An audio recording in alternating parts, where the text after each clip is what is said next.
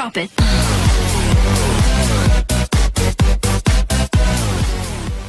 Hi friends, మనం ఈరోజు ఈ వీడియోలో తెలంగాణలోని టీఎస్ ఎంసెట్కి సంబంధించిన ఇన్ఫర్మేషన్ చూద్దాం ఫ్రెండ్స్.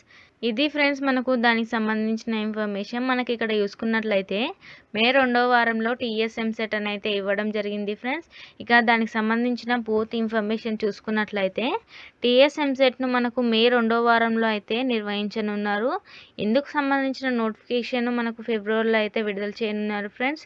ఇక బుధవారం సచివాలయంలో ఎంసెట్ సహా మిగతా అన్ని ప్రవేశ పరీక్షల నిర్వహణపై అయితే మనకు విద్యాశాఖ అధికారులు సమావేశం కావడం జరిగింది.